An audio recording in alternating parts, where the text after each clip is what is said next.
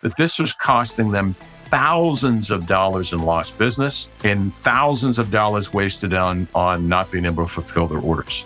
And we basically worked on a whole turnkey where we designed and developed these particular carts with Kraftmaid. And now their throughput went through the roof. They also had minimal rejections or scratching because we eliminated that. And that enabled them to really start meeting their orders with Home Depot, which continued to explode. Hi, everyone. This is a deep dive into a case study that I worked on with Kraftmaid Cabinetry. There's several different pieces of this.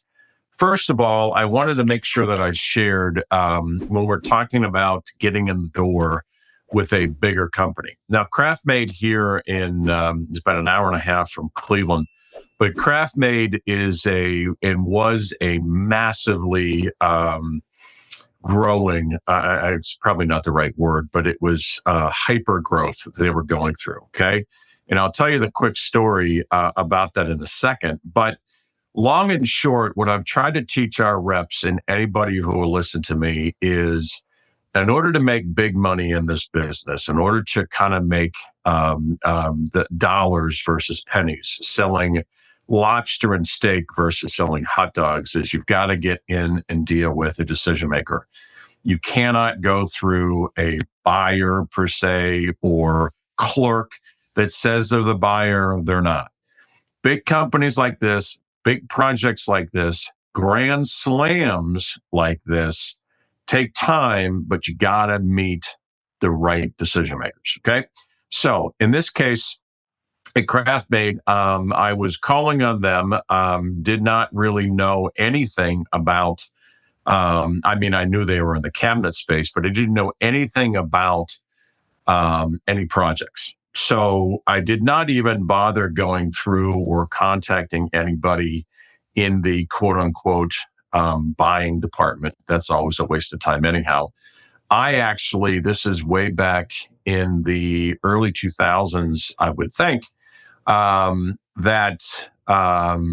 just actually drove to Middlefield, Ohio, and drove around to the back of this building and put on my safety goggles and went in through the back door. Saw people coming and going and figured I'd just walk through, and I did. Anyhow, I actually found and he wasn't a plant. No, what was Tim? Tim Boothby was an engineer, plant engineer. And he seemed to have he's a big, boisterous guy, not at this particular moment, but he was approachable. And I just basically hit him up with, hey, I'm in the packaging space. I'm here all about solving problems. And I don't know what kind of problems you have. And we had a brief conversation. I left and promised to come back. But what I'm trying to get across to people who will listen is the fact that I needed to go in through the back door. I needed to be courageous and have the courage and the grit to kind of go and get my nose bloodied, if you will. This guy could have very easily just said, get out of here. But I got in the door and I started a relationship. Now, what I noticed at the time, and this is part of the story, when I was in Tim's office, which was way in the back of this particular building, I had noticed a couple of funny photos on his desk. And, sometimes on people's desks, they have pictures of their kids or their dogs or their wife. This was almost like a comedy routine. It was almost like a professional photos. And as it turns out, Tim was a professional in a former life, a professional comedian. So, and he was very proud of being a comedian and telling jokes. And what I picked up on that was something I could connect with him on.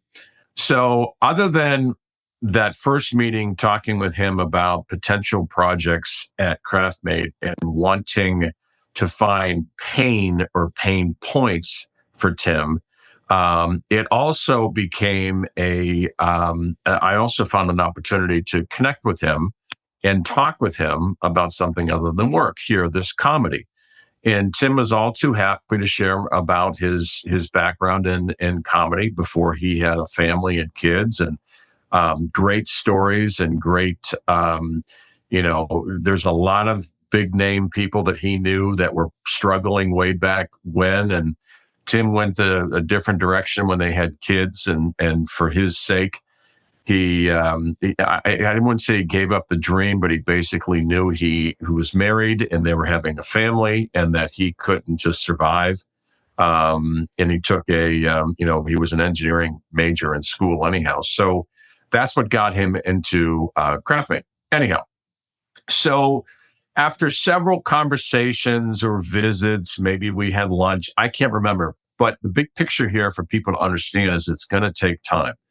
Now, Tim had basically, I had always said to him, we're here to solve your pain point. Where's your pain? Where's your pain? And what came up is the classic case of what Tim had said was Kraftmaid is known for semi-custom cabinetry. Okay. Semi-custom, meaning they're not going to be doing this by hand, but a lot of it was very high-tech equipment that could take wood and do a bunch, 85-90% of the design and cutting and sanding and staining of cabinets for kitchens and let's just say kitchens. But then the rest of it needed to be hand assembled or whatever. So semi-custom. Anyhow, the problem they were having was twofold. Number one, they had just connected with a rapidly growing company at this point known as Home Depot. Now, remember, this is back in the early 2000s. Home Depot was not the Home Depot we all know now in 2024. They were rapidly coming up through the East Coast because they were based in Atlanta.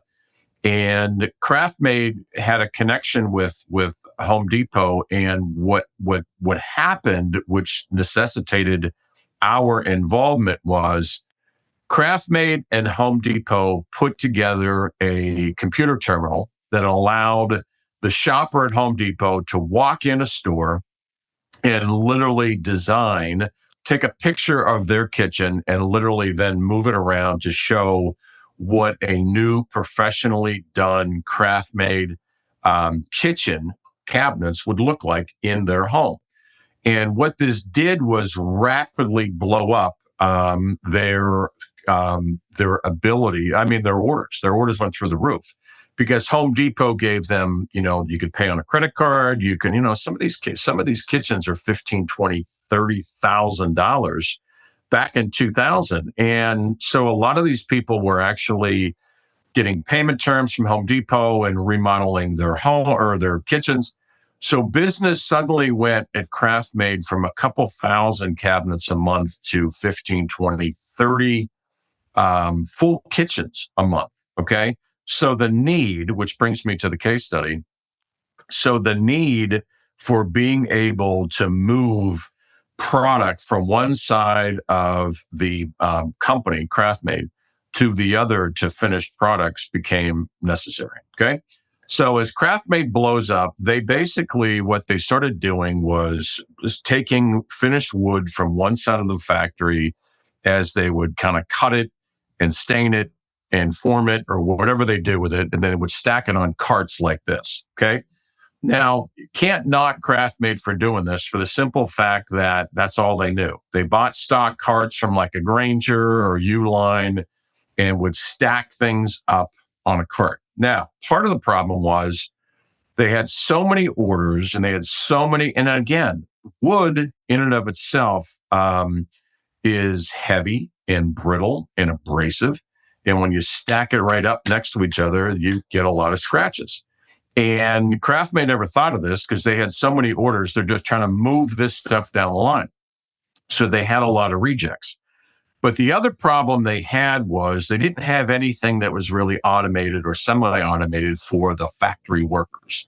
Somebody, usually a factory lady, would have to push this cart to the next section in the factory to do some more work. pushing a cart like this that's holding several thousand pounds ergonomically and workers' comp situations exploded. People were hurting their backs. People were having problems, coming back to work, or they were getting injured. So Kraftmaid had this big problem. They needed to expand their output. They needed to eliminate scratching and rejects on the product. And then they needed to make sure that they got their people safe, meaning they needed to get them away from getting injured at the factory level as they're literally pushing these things down the factory line. Okay.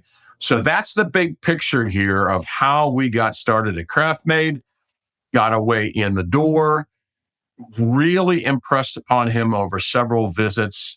There are look for pain. Remember, I'm in the packaging space. And at this particular point, looking at this, there's nothing here traditionally that's packaging, but it's material handling. It's solving a pain point.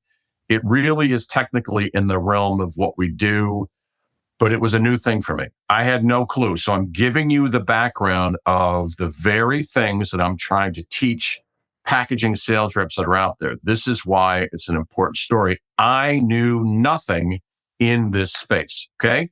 Nothing about welding, nothing about carts, nothing about wood, nothing about wheels or welding or anything, okay? I hope you like this content. If you want more of it, I put together a specialized packaging alliance, a group of packaging professionals that are in different facets of this industry.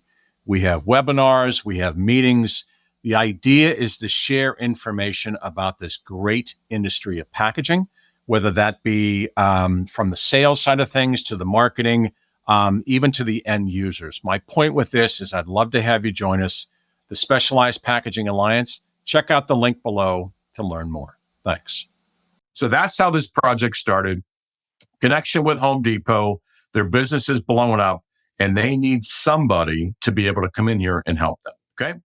So I'm going to minimize this picture because what I was showing you there was just basically a cart with wood on there. So what I did was I started to work the phones. And this is really in the early days of the internet. So it wasn't like there was a whole lot of information out there about material handling cards like we have today. Okay. There wasn't a Thomas Register or a Google or anything. Okay.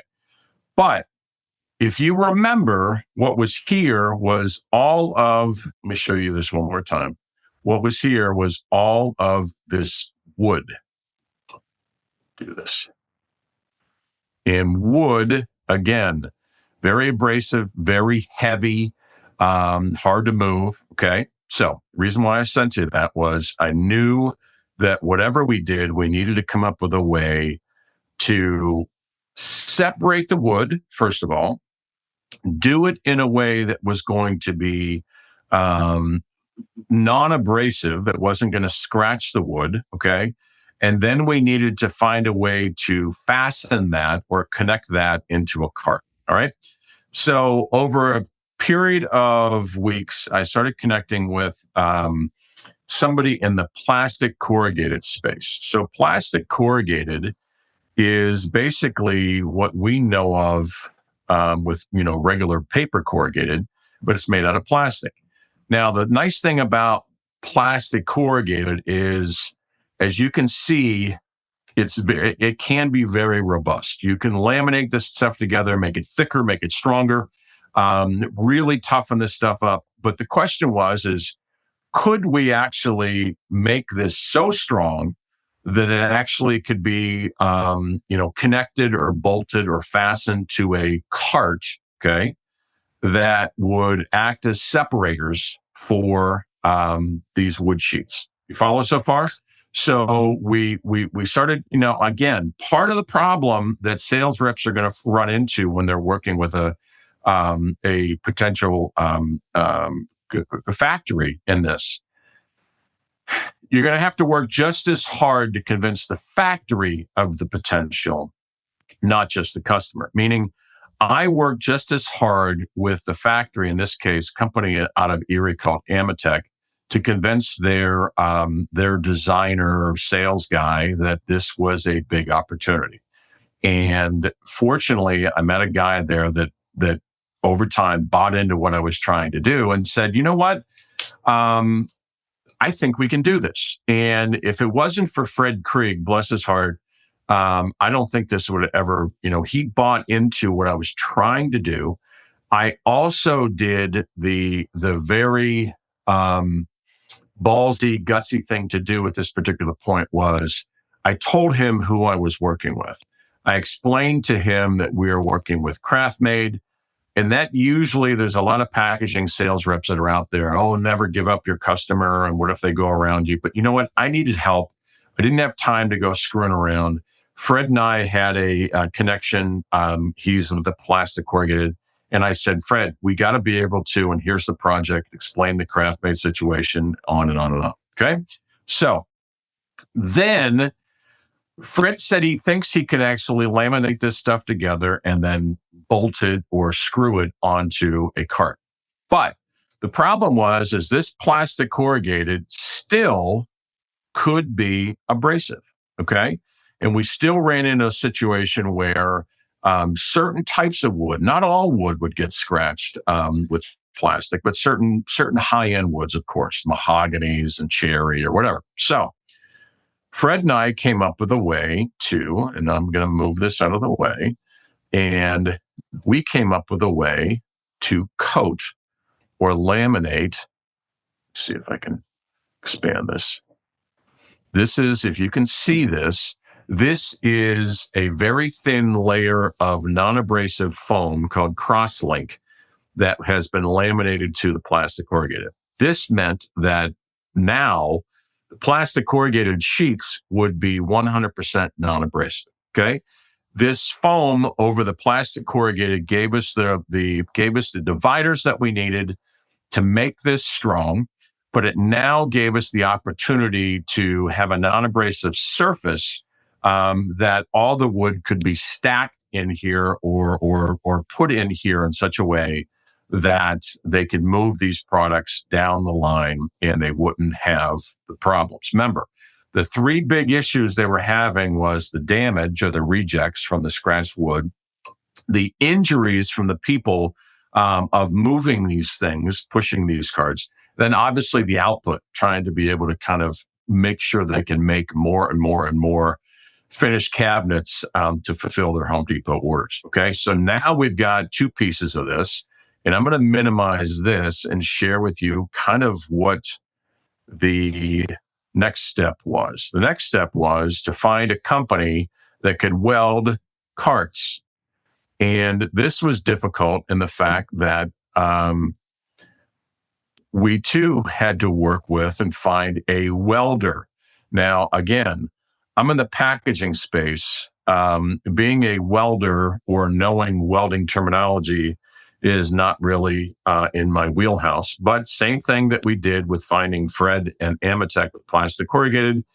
We found Mike Sherman and Sherman's Welding out of Pennsylvania somewhere. I can't remember, or on the borderline of Ohio. Anyhow, we work with Mike to develop not just a cart, but remember the problem they were having was the carts were so heavy and that their people were having to push these. So what we really tasked Mike with doing was taking the cart and really trying to eliminate the weight and make them very strong but lightweight, which meant using some real high strength aluminums, using some very, very high cost wheels and casters that could be moved very easily. All this stuff was part of this big picture project. Okay. So, but again, we were looking at this as, hey, let's design one of these things and see if in fact it works. See if in fact we can convince Kraftmaid to go down this road. So once we got Mike on board, now we've got two pieces of this. We've got Fred Krieg with the plastic corrugated. We've got Mike Sherman with the welded carts. Okay.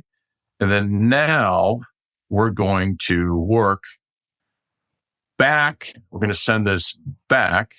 once the cart is done, we're going to send this back to Amatec or Fred Krieg and his team and have them fasten the plastic corrugated that is laminated to the welded cart. And by doing so, now we have a cart that we actually can show Kraftmaid and say, we have a concept. We have a concept here that will allow you to make finished cabinets and move them down the line. Okay. And what happened here was the beauty of this big project is that Kraftmaid Corporate began to kind of understand, wait a minute, this could really change our business. We could really start moving things faster. And, the point is, okay, what would a cart cost? And how is this going to come to us? And we basically worked on a whole turnkey where we designed and developed these particular carts with Kraftmaid, and then we delivered them fully set up to Kraftmaid. So they literally took them right off a truck, and they started working with them. And then the final thing that we did, which made this even better, because they were so lightweight, and now suddenly we have somebody that can move. One person can move a cart. What we did, and let me see if I can show you this picture, if I can find my picture where it went. Here we go. It's on the other side. Bear with me here. Come on. Here we go. What we did was, if you can see this screen or this picture, let me minimize this, get this out of the way. Minimize this, get this out of the way. Now what we did was we showed Kraftmaid that we could make these like a train. We could take this like a train, and we actually could hitch them together right here and then connect it with a tow motor. No longer does it have to be pushed by a human. And now suddenly they're able to pull multiple carts down the line, and their throughput went through the roof, meaning they could, so what they did was they went from one shift to two shifts to three shifts, 24/7, to try to catch up on their orders. Now they can connect 3 and 4 and 5 of these carts together. They're all different styles of carts for different cabinets and sizes, and move them without injuring their people. They also could move more at once, okay, faster. And now their throughput went through the roof, which is great. They also had minimal rejections or scratching, because we eliminated that. And that enabled them to really start meeting their orders with Home Depot, which continued to explode. All right. So the moral of this story, bringing this full circle here, is when we did this, we only started out with one. If you've heard anything that I've said over the years, is that you start small. A lot of sales guys, packaging reps want their people, or sales managers want their people to go for the jugular, try to hit the grand slam. You're not going to hit a grand slam without first knowing how to hit. Okay. So the key with this is that you've got to be able to prove a concept, which took a couple of months, then be able to bring it to fruition and show them a concept, which is what we did. And then what I did was bring this all together and be able to sell it. Because because we took it slow, I was now so enmeshed with Kraftmaid and the manufacturing process, I was able to connect everybody through this. And I understood the magnitude of their problem. I also understood, based upon my relationship with Tim Boothby, that this was costing them thousands of dollars in lost business, thousands of dollars in hours wasted by workman's comp injuries, and thousands of dollars wasted on not being able to fulfill their orders and damage. So I did not give this away. These carts were not cheap. And that's the other lesson to tie this together. If my cost was $500, I sold it to them for $1,000, because I knew that just one cart alone was probably worth $15,000. And if you could save them from damage on 2 or 3 of those or 4 of those, I mean, it very quickly made perfect sense that $1,000, which was basically a double what my cost was. However, I was able to really justify it because they were saving that much money. So bringing this full circle, that went from 1 card to 2 cards to 10 cards to 200 cards to 2,000 cards to 10,000 cards. This thing kept going on and on and on. They're still using these cards to this day at Kraftmaid. And then finally, what we did was one of the best parts is we were able to go back to Kraftmaid and sell them sheets of plastic. Over time, my point with sharing this is over time, the plastic would wear down. So we now brought it full circle. We actually sold them sheets of the plastic for their own people to disassemble and put back into these carts. So we then sold them the razor blades, the old analogy. You don't want to sell razors per se, like the carts.